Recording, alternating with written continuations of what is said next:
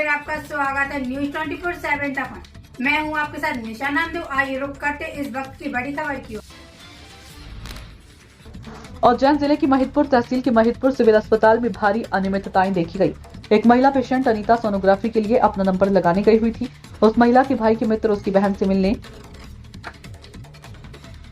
पंकज यादव गए थे तो उस महिला का सोनोग्राफी के नंबर नहीं लग रहा था। जो ओपीडी में डॉक्टर शकील नागौरी लगा रहे थे एवं मरीजों की पर्ची बना रहे थे तो पंकज यादव को लगा कि ये डॉक्टर तो आरबीसी के हैं, यह मरीजों का ओपीडी में बैठकर इलाज कैसे कर सकते हैं। इनका काम है फील्ड में लाकर बच्चों की स्क्रीनिंग करने का। आरबीएस के प्रोग्राम के अंतर्गत इनको ओपीडी में बैठकर इलाज करने का कोई राइट्स नहीं है एवं इनको राज्य शासन से प्रतिबंधित है और इनकी ओपीडी में ड्यूटी कर ही नहीं सकते। फिर भी ये ओपीडी में बैठकर मरीजों का इलाज कर रही हैं। इससे आरबीएस के काम प्रभावित हो रहे हैं और अभी तो वैसे भी आंगनबाड़ी की छुट्टी चल रही है और डोर टू डोर जाकर बच्चों की स्क्रीनिंग करनी है और यहाँ बैठकर फर्जी एंट्री कर रही हैं और ओपीडी में बैठकर मरीजों का इलाज कर रही हैं और ना ही इन्हें एलोपैथी दवाई देने का राइट्स है। फिर भी यह क्यों लोगों की जान से खेल रहे हैं।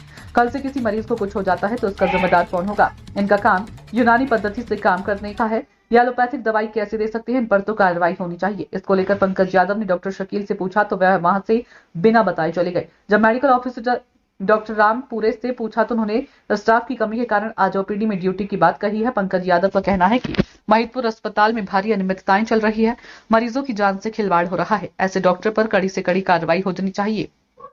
इस विषय पर जब सीएमएचओ उज्जैन से पंकज यादव ने फोन पर बात की तो उन्होंने भी इस बात पर कहा कि इस डॉक्टर का ओपीडी में इलाज करने का कोई राइट नहीं है एवं बीएमओ डॉक्टर भामर को फोन पर जानना चाहा तो उन्होंने कहा कि ऐसा कोई राइट नहीं है, मेरे संज्ञान में मामला आया है, मैं देखती हूं। इसके बाद विनीता सोलंकी राष्ट्रीय बाल स्वास्थ्य कार्यक्रम DEIM जिला शीघ्र हस्तक्षेप मैनेजर से फोन पर बात की तो ये जानकारी दी कि इनका काम तो फील्ड में करने का है, ये ओपीडी ने इलाज नहीं कर सकते हैं। इसी के साथ डॉक्टर रविंद्र पाल राष्ट्रीय बाल स्वास्थ्य कार्यक्रम नोडल अधिकारी से बात की तो उन्होंने यह भी बताया कि ओपीडी में इलाज का कोई राइट्स नहीं है इनका। हॉस्पिटल में इलाज का मामला है, क्या है पूरा विस्तार से बताइए।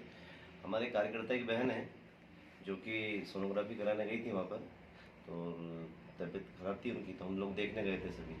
वहाँ डॉक्टर शकील नागौरी जो ओपीडी में बैठे थे। एक्चुअली मैं उनको जानता भी हूँ, महिदपुर के भी हैं और यूनानी पद्धति से जो इलाज होता है कि तो आरबीएस के डॉक्टर हैं। आरबीएस के डॉक्टर का काम होता है बच्चों की स्क्रीनिंग करना, फील्ड में काम करना। तो मुझे थोड़ा ऐसा लगा कि ये यहाँ पे कैसे बैठे ओपीडी में। उनसे मैंने पूछा तो कई मरीजों की वो पर्ची बना रहे थे। मुझे गलत लगा, मैंने उनसे बोला, इसमें उन्होंने भागने की कोशिश की, जानकारी देने से मना करा। फिर डॉक्टर रामपुरे से बात करी मैंने कि आरबीएस के डॉक्टर हैं, इनको फील्ड में जाके काम करना है, जबकि राज्य शासन से प्रतिबंधित है ये ओपीडी। कोई भी आरबीएस के डॉक्टर ओपीडी में नहीं बैठ सकता। मान लो कोई घटना दुर्घटना होती है तो उसका जिम्मेदार कौन रहेगा, क्योंकि आपका जो काम है यूनानी पद्धति से इलाज करने का है और आप एलोपैथिक दवाइयाँ लिख रहे हैं, ये कैसे संभव है। और मैं तो कहता हूँ कि ऐसे लोगों पे एफआईआर होना चाहिए। आप सरकार के खिलाफ जाके काम कर रहे हैं और मरीजों की जान से खिलवाड़ हो रहा है उसमें, तो कार्रवाई चाहते हैं आप इन पे? बिल्कुल मैं चाहता हूँ कि इस पर एफआईआर होना चाहिए। और ये जो डॉक्टर जो इससे क्या है, आरबीएस के जो प्रोग्राम है वही प्रभावित हो रहा है, सरकार का जो प्रोग्राम है प्रभावित हो रहा है। ये आरबीएस के बोल रहे हैं, इसमें क्या काम रहता है इन डॉक्टरों का? आरबीएस के में क्या है कि ये राष्ट्रीय स्वास्थ्य मिशन से जुड़ा हुआ है। इसमें जो बच्चे रहते हैं इनको आंगनवाड़ी क्षेत्रों में जाके इनका स्क्रीन करने का काम रहता है। अभी जो है अभी आंगनवाड़ियाँ बंद हैं, तो अभी इनको जो काम दिया है वो डोर टू डोर इनको बच्चों की स्क्रीनिंग करना है, स्क्रीनिंग करना है जाके। तो ये यहीं पे बैठ के रजिस्टर मेंटेन कर रहे हैं और इलाज कर रहे हैं यहाँ पे सबका? यहीं पर इलाज कर रहे हैं। इलाज तो कर ही नहीं सकते।